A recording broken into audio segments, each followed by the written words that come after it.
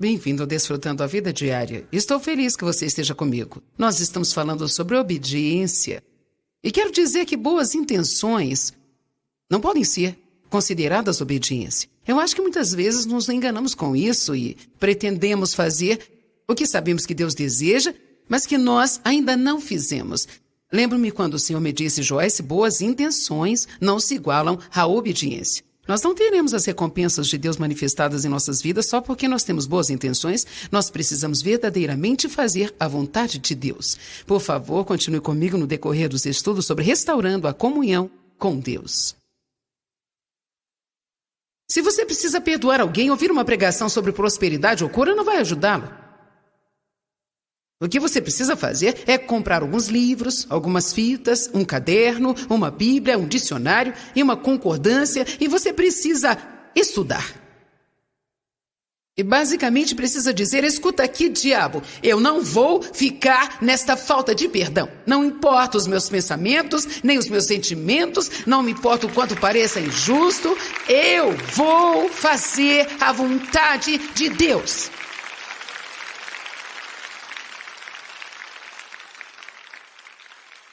Ao invés de continuar a dar desculpas, bem, é difícil demais.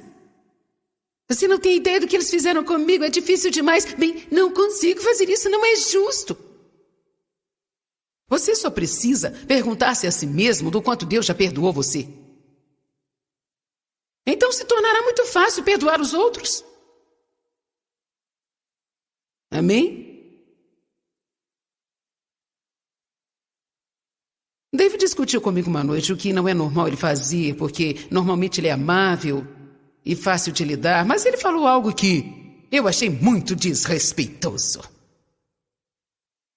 E, gente, eu revidei. Bem, Deus, isso não é justo. Ele deveria me respeitar e demonstrar respeito. E o senhor precisa trabalhar com David, Deus. E a gente, eu fiquei com tanta raiva. Eu não estava conseguindo superar isso antes do pôr do sol, sabe?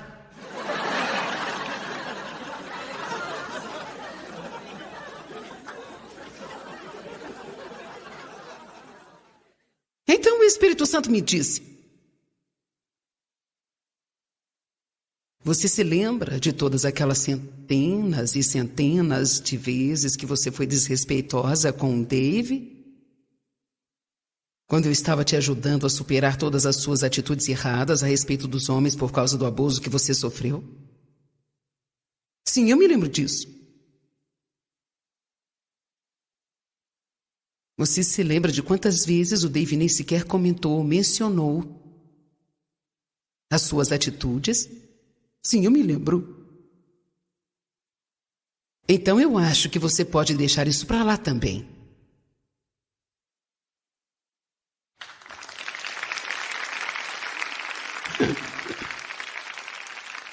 É espantoso como nós achamos que todo mundo tem que entender a nossa posição. Você precisa entender a minha posição, precisa compreender o que eu já passei, mas nós não somos nem um pouco compreensivos com ninguém. Sempre temos nossas desculpas, mas para os outros não há nenhuma desculpa.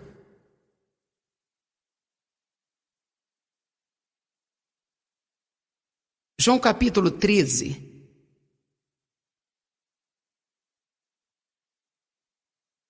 Verso 2. Durante a Santa Ceia, tendo Satanás já colocado no coração de Judas. Verso 3. E Jesus, sabendo completamente que o Pai tinha colocado tudo em suas mãos e que ele tinha vindo de Deus e estava voltando para Deus. Este verso é muito importante porque diz que ele sabia quem ele era, de onde vinha e para onde estava indo. Portanto, assim como você poderá ver, ele esteve apto a se despir do seu manto e vestir uma toalha de servo. Veja, somente as pessoas que sabem quem são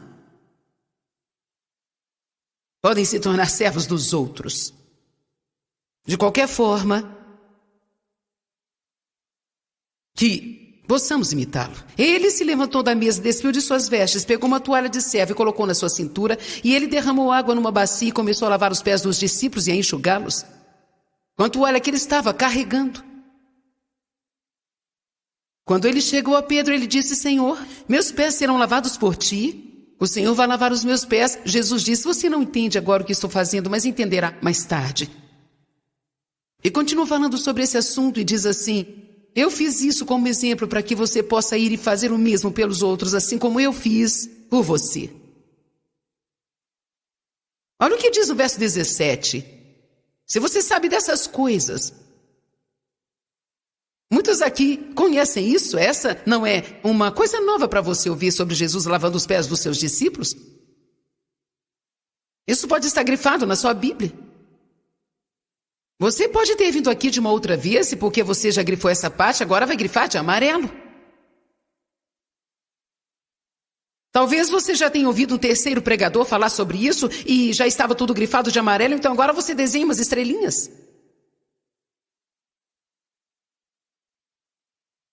Mas isso não diz nada. A questão é: você está lavando algum pé? Eu não estou falando aqui sobre pegar uma bacia de água e lavar os pés de alguém. Isso foi feito como exemplo, basicamente ensinando que devíamos servir aos outros. Você precisa ajudar aos outros. Precisamos fazer coisas pelas outras pessoas. Então eu acho que precisamos nos fazer uma pergunta regularmente: o que eu estou fazendo pelas outras pessoas? O que eu estou fazendo pelos outros? Bem, glória a Deus, só estou esperando o meu rompimento. Você esperará por muito tempo. Já tem problemas demais para ajudar os outros, você continuará com seus problemas. Estou te perguntando o que você está fazendo para ajudar os outros? Colocando um cobre-sono no seu rosto? Você pode edificar, pode encorajar, pode apreciar. Pode dar dinheiro, pode estender as suas mãos. Pode dar uma posse que você tem para alguém que precisa e você já tem 6 e não está usando as 6 que você tem há 2 anos. E tem alguém desesperadamente necessitado e sem dinheiro. Tem uma certa quantidade de cristãos que não ousaria fazer isso porque eles podem vir a precisar algum dia, sabe? Vamos, não dificulta o meu trabalho aqui. Agora veja bem, eu sei que isso é importante porque eu fui cristã por muitos e muitos anos. Ia à igreja todos os domingos, fazia trabalhos na igreja, tinha nascido de novo e acreditava que ia para o céu, mas eu não teria levado ninguém comigo. E nós devemos chegar num ponto em nossas vidas que as pessoas ao nosso redor desejem ter o que nós temos. Sem precisarmos sair anunciando para eles que nós somos cristãos, mas que eles nos perguntem o que há de diferente em você. Amém? Eu estou te dizendo que eu era uma crente assídua na igreja. Estava na escala de evangelismo. Ia à igreja todo o tempo. Eu era uma religiosa. Mas eu não estava fazendo nada por ninguém.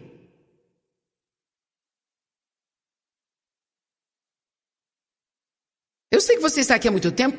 Dá uma sacudida aí, né? Quero que você entenda isso. Eu não estava fazendo nada por ninguém, porque a minha mentalidade era essa. E quanto a mim, quanto a mim, quanto a mim, quanto a mim. Aquele robozinho idiota que estava dentro de mim. E quanto a mim, quanto a mim, quanto a mim, quanto a mim, quanto a mim, bip, bip, e quanto a mim, quanto a mim.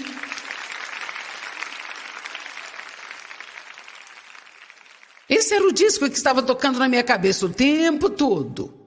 Parte disso era por causa da maneira que fui criada, sem nunca ter tido alguém para tomar conta de mim. E eu comecei a tomar conta de mim com esse medo de outras pessoas, porque eu não confiava em ninguém. Mas nós não podemos nos segurar a essas desculpas do passado para sempre. Por isso eu era daquele jeito, mas eu estava deixando aquilo se tornar uma desculpa para não permitir mudanças. É isso que não podemos fazer. Bem, eu não confio em ninguém, porque eu fui ferida. Bem, sabe, supere isso.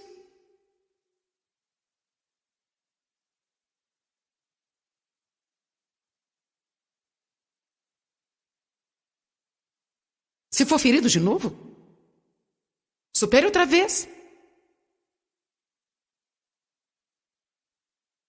Verso 17. Se você sabe dessas coisas, bendito, feliz e digno de inveja, se você as praticar, se você agir apropriadamente e realmente as fizer. Então, por que muitos cristãos são infelizes? Eu acho que é por causa de muito conhecimento mental, muitas bíblias grifadas e muitas livrarias espirituais, mas sem nenhuma ação coerente entre as quatro paredes.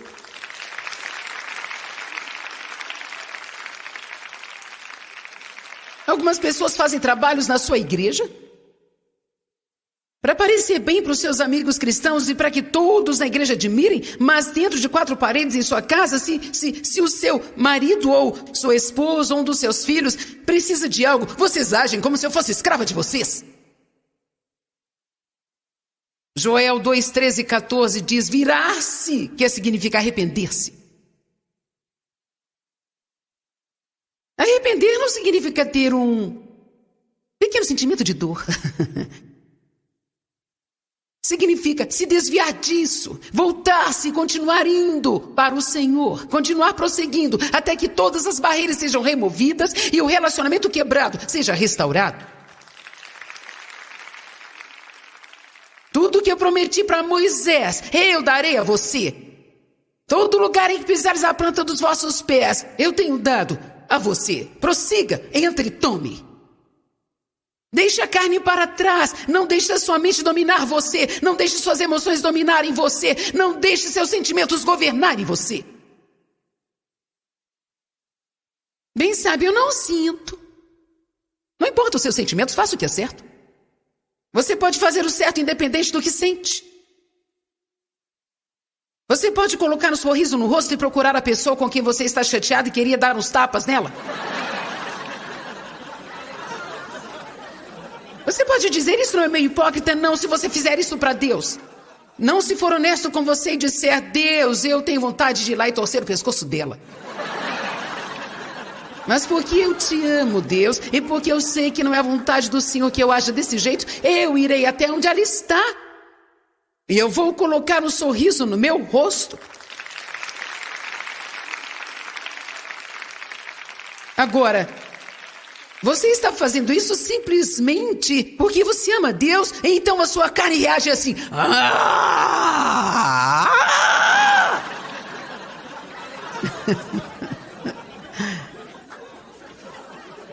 É isso que está acontecendo agora, escutem. Enquanto você não dar espaço para ela morrerá. Ela perderá a força, porque tudo que você não alimenta, morre.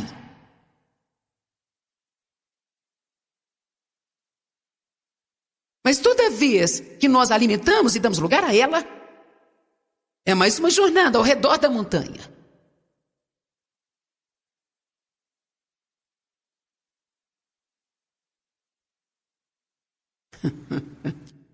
E, gente, eu fiz alguns buracos na base da montanha de tanto andar ao redor e ao redor e ao redor.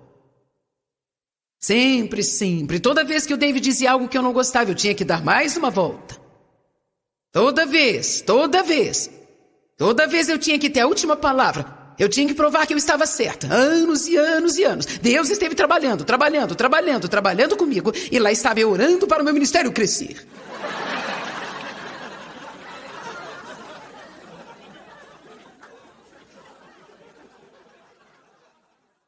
Numa certa manhã, o Espírito Santo me falou com muita calma. Eu ainda estava de pijamas no andar de baixo, na casa onde nós morávamos, e eu estava orando. Oh, Deus! Abençoa o meu ministério. Eu repreendo o diabo. Eu tomo autoridade sobre ele. Você não pode impedir o crescimento do meu ministério, diabo. Eu te repreendo no nome de Jesus.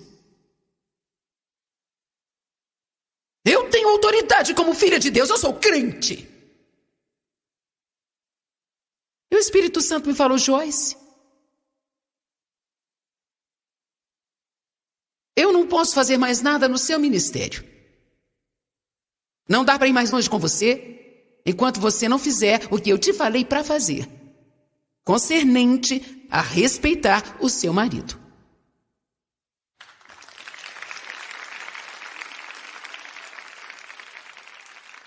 E ele não falou mais nada.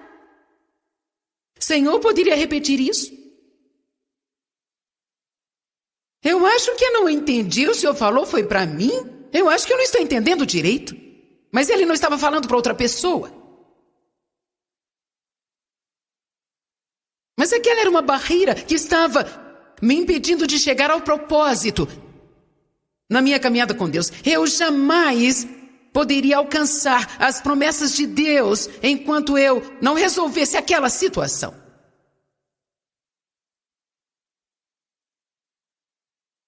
Não diga eu não posso quando Deus te pedir algo. Eis o porquê. Deus nunca te pedirá para fazer nada que Ele não te conceda força e habilidade para fazer aquilo.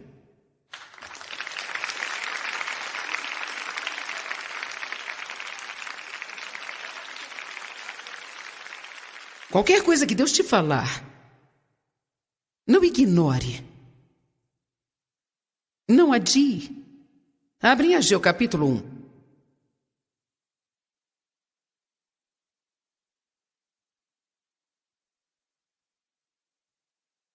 Verso 2. Assim diz o Senhor, vocês dizem que ainda não chegou o tempo para que a casa do Senhor seja reedificada, embora Ciro ordenou que fosse reconstruída há 18 anos atrás.